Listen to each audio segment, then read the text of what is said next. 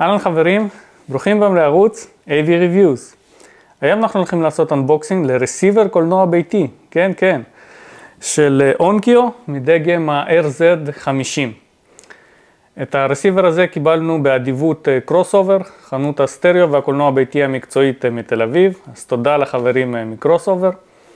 מי שעוקב אחרי הערוץ שלנו יודע שיש לנו מעט מאוד סקירות בנושא של קולנוע ביתי בשנה וחצי האחרונות. זה בעיקר נובע מכך שתחומי העניין האישיים שלי הם פחות שם והם הרבה יותר באזור הסטריאו, וכמובן שאני התחלתי לגמרי מתחום הקולנוע הביתי. אז זה נחמד ככה קצת לחזור. הרסיבר הספציפי הזה, ה-RZ50, זהו רסיבר מאוד מעניין, ולכן החלטתי כן לנסות לעשות איזושהי סקירה לרסיבר של קולנוע ביתי, ונראה, אולי יפתח לי התיאבון ותראו יותר סקירות כאלה בהמשך בערוץ. הגיבו למטה בתגובות של הסרטון, תגידו לי אם זה נושא שמעניין אתכם, האם אתם לגמרי בתחום של סטריאו, או שקולנוע ביתי זה כן משהו שאתם רוצים לראות יותר תכנים שלו בערוץ. יהיה לנו בהחלט מעניין מאוד לשמוע. אז קדימה, בואו נתחיל. לפני שנתחיל, כמה מילים על חברת אונקיו. אז חברת אונקיו היא חברה יפנית שהוקמה בשנת 1946 באוסקה, יפן. בהחלט אחת מהחברות הוותיקות בתחום. לאורך ההיסטוריה של חברת אונקיו יהיה להם לא מעט מוצרים אגדיים, גם בנושא של סטריאו וגם בנושא של קולנוע ביתי. בעשורים האחרונים אני חושב שהם יותר ידועים בתחום הקולנוע ביתי עם רסיברים ופרוססורים, ושם בעצם יש להם שני סוגים של מוצרים שבזכותם היו מאוד מוכרים ותפסו מאוד את תשומת הלב של חובבי הקולנוע הביתי. אז קודם כל היה להם רסיברים דגל, כל מיני ספינות דגל מאוד מחשימות עם הרבה מאוד ערוצים וכל פיצ'ר אפשרי על פני הפלנטה. ומצד שני הם היו ממש מצטיינים ברסיברים של רמת כניסה ומיד ריינג', שם הם היו מספקים תמורה אדירה למחיר. ולכן הם די שבו את לב החובבים בשתי הקצוות האלה, גם בספינות הדגל וגם ברמת הביניים והכניסה. השנים האחרונות היו ממש טלטלה מבחינת אונקיו. זה התחיל בשנת 2015, אז הם רכשו את חטיבת האלקטרוניקה הבידורית של פיוניר. ומאז הרסיברים של פיוניר הם גם בעצם שייכים לאונקיו, יחד עם המותג של אינטגרה. כשמחברים את שלושת המותגים האלה יחד, היה נראה שאונקיו בדרך לתת מלחמה לסאונד יונייטד, הקונצרן המפורסם של עולם הקולנוע הביתי, שלשם שייכים גם דנון ומרנס. אבל החברה התחילה להתקל בקשיים כלכליים מאוד משמעותיים, ובשנת 2021 הם התחילו תהליך של פשיטת רגל. הרבה ידיעות נפצו ברחבי הרשת על כך שאונקיו בדרך להיעלם ולא נראה יותר את המותג הזה. ואז מי שבעצם הרימו את הכפפה זה שתי חברות שהחליטו בשיתוף פעולה לרכוש את אונקיו. שתי החברות האלה הם ווקס אינטרנשיונל, חברת החזקות אמריקאית שמחזיקה בין היתר את מותג הרמקולים המפורסם קליפש, וגם קונצרן שרפ היפני שמוכר גם מטלוויזיות ומערכות סטריאו ותחומים אחרים. אז שתי החברות האלה יחד בעצם רכשו את כל מניות אונקיו, ולאט לאט בשנה-שנתיים האחרונות כל התהליכים התיישרו, ועכשיו המותגים האלה של אונקיו, פיוניר ואינטגרה חוזרים בגדול לשוק, ורוצים לתת פייט גדול לשאר הרסיברים. אז הרסיבר שיש לנו כאן, ה-RZ50, זהו דגם ביניים גבוה, הוא נמצא מתחת לדגם ה-RZ70 הבכיר, והוא עושה הרבה מאוד באז ברחבי הרשת, מכיוון שמדובר כאן על רסיבר של 9.2 ערוצים, עם באמת כל פיצ'ר אפשרי שאפשר לבקש. כשהפיצ'ר המרכזי בעיניי, זה פיצ'ר שככה מופיע פה קצת באופן צנוע, וזה פיצ'ר הדיראק. אז המכשיר הזה מגיע עם ה-Direct Live, מערכת התיקון האקוסטית מבית דיראק, אחת המתקדמות בשוק, וזה די נדיר לראות אותה ברמות המחיר האלה. לפני שקיבלתי את הרסיבר הזה, עשיתי עליו לא מעט מחקר וחיפושים ברחבי הרשת, ראיתי שבכל מיני פורומים יש הרבה בלבול אם הוא כן כולל דיראק, לא כולל דיראק. אז כמובן שאנחנו בסקירה נרד לכל הפרטים האלה ונבין בדיוק מה יש בפנים ומה אין בפנים, וכמובן נספר לכם את התמונה המלאה. בכל מקרה, מה שתמיד הרסיברים של אונקיו היו מצטיינים, זה התמיכה בכל פורמט אפשרי. אנחנו רואים את זה עם כל הלוגויים האלה שיש לנו כאן למטה. אז תמיכה ב-8K, יש לנו כאן HDMI 2.1 מלא, גם בכניסות, גם ביציאות.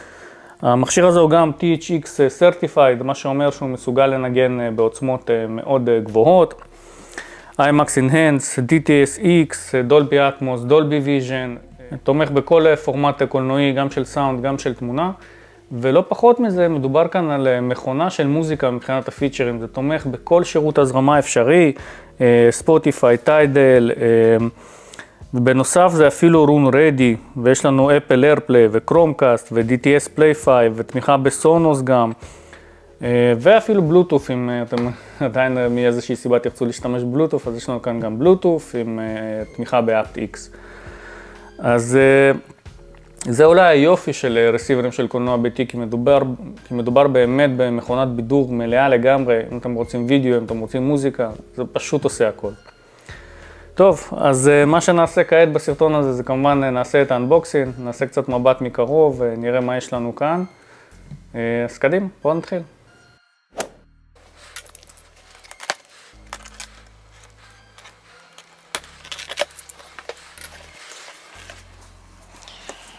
טוב, דבר ראשון שפוגש אותנו כאן זה כבל החשמל, כבל חשמל בתקן אירופאי.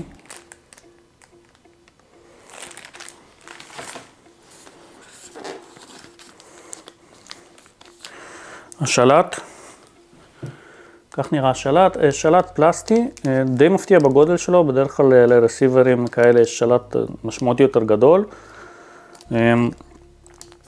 אפשר לראות למעלה שיש לנו כפתור לכל כניסה, שזה מצוין. השלט בסך הכל נוח מאוד.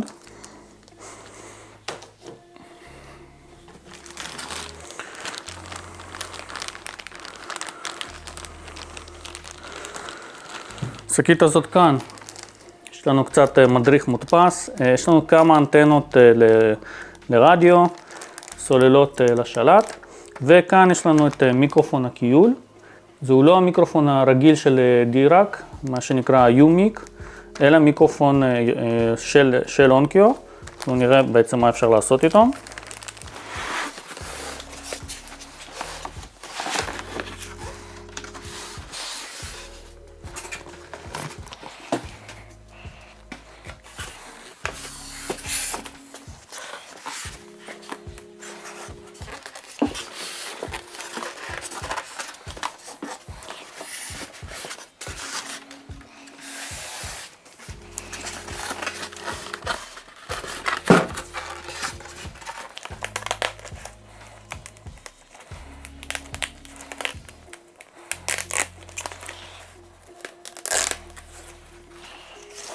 טוב,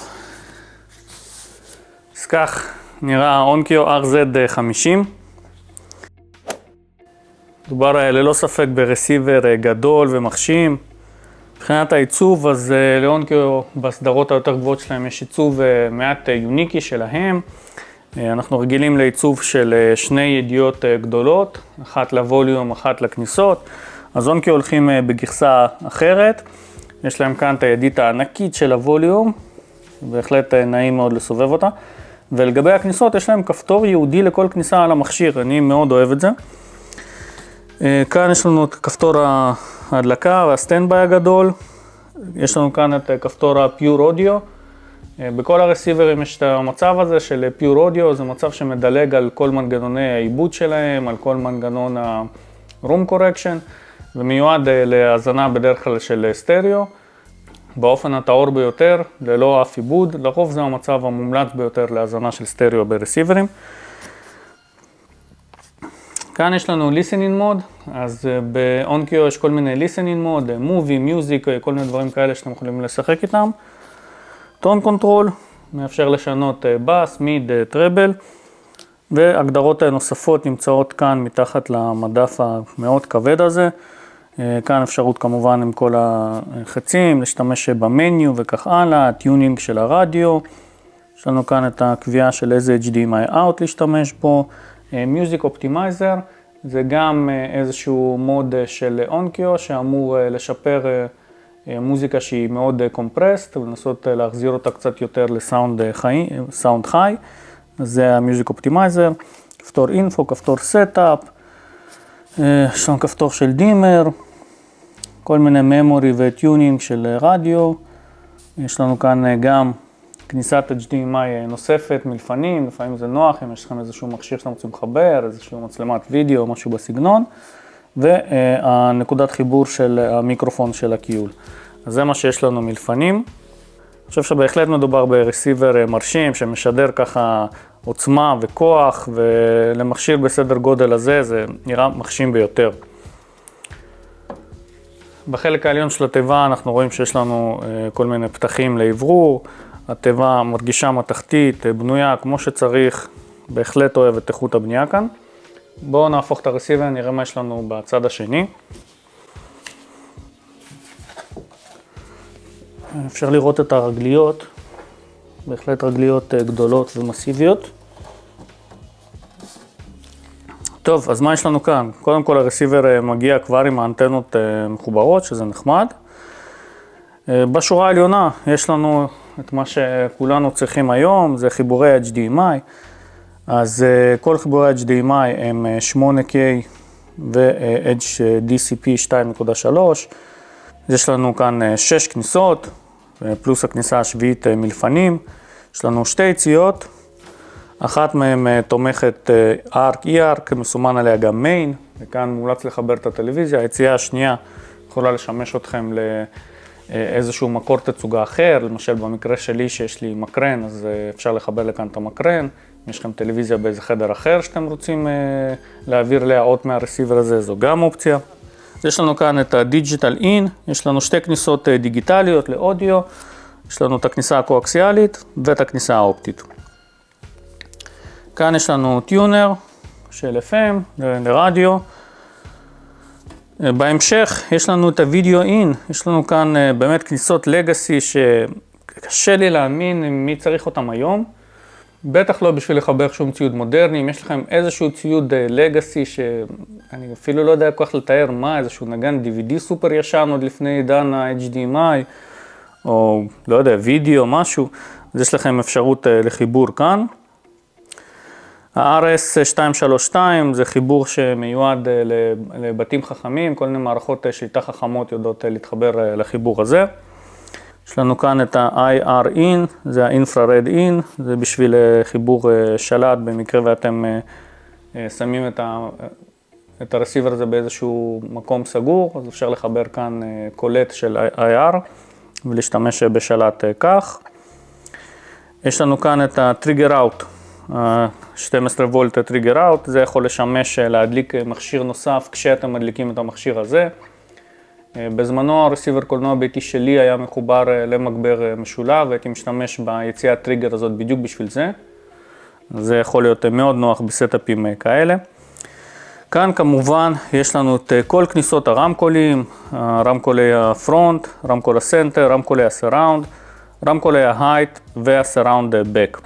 אז כמובן שכאן זה באמת המקום שיכול להיות הכי מבלבל, ולפני שהתחלתי את הסרטון הזה, אז ישבתי וקראתי את המדריך של אונקיו, ואני חייב לציין, מדריך האונליין שלהם, שמדובר באחד המדריכים הכי מפורטים ויפים שיצא לי לקרוא. יש שם באמת כל תצורה אפשרית של רמקולים שאתם יכולים לחשוב עליה, אז יש לה רובליקה משלה במדריך, והוא מראה בדיוק איך לחבר את הרובליקה הזאת, עם קצת צבע, מאוד מאוד ברור. למשל במקרה שלי, מערכת הקולנוע הביתית שלי היא בתצורה של 512, שזה אומר 3 רמקולים קדמיים, 2 רמקולים אחוריים, זה ה5. הנקודה 1 זה הסאב-וופר, יש לי סאב-וופר 1, והנקודה 2 זה 2 רמקולי האטמוס שיש לי בתקרה. אז זאת התצורה שלי, ואז פשוט הולכים אליה במדריך, זהו קובץ PDF כזה, ממש עם לינקים שאפשר ללחוץ וישר להגיע. ואז הוא מראה בדיוק לאן לחבר את ה-512, ככה שלי זה ברור כבר לאן אני הולך לחבר, וזה מאוד נוח, אז כל תצורה שיש לכם, אתם יכולים לראות במדריך. אז סיימנו את השורה הזאת, נשארה לנו השורה התחתונה. אז כאן יש לנו כניסת פונו. אז כמו שאמרתי, רסיברים של קולנוע ביתי בימינו פשוט עושים הכל, אפילו חיבור לפטיפון יש לנו כאן.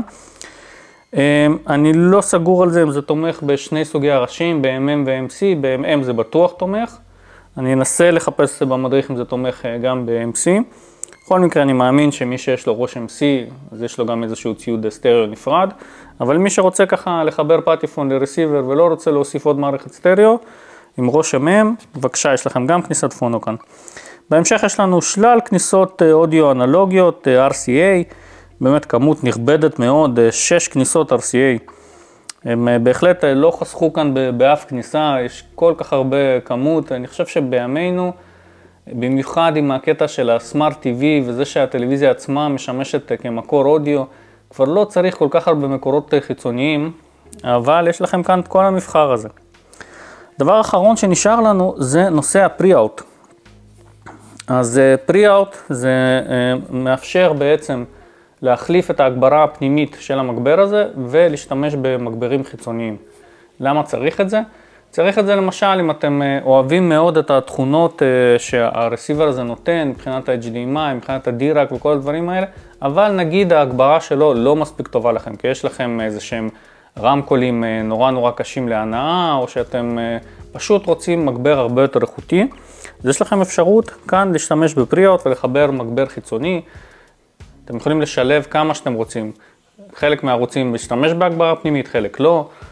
למשל, אם אתם רוצים שהרמקולים הקדמיים שלכם ישמשו אתכם גם למערכת סטריאו יוקרתית, אז אתם יכולים לחבר את הרמקולים הקדמיים, הפרונט כאן, אתם יכולים לחבר לאיזשהו מגבר אינטגרייטד או כל מערכת סטריאו שיש לכם.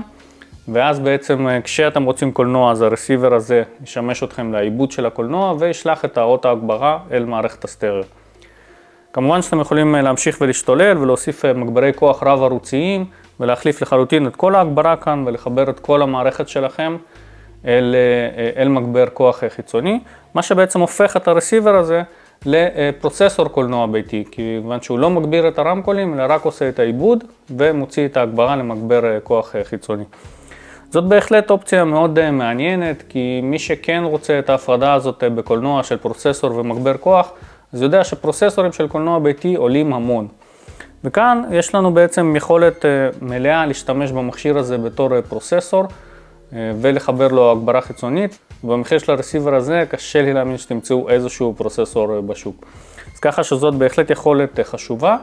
זה גם נותן מסלול שדרוג עתידי.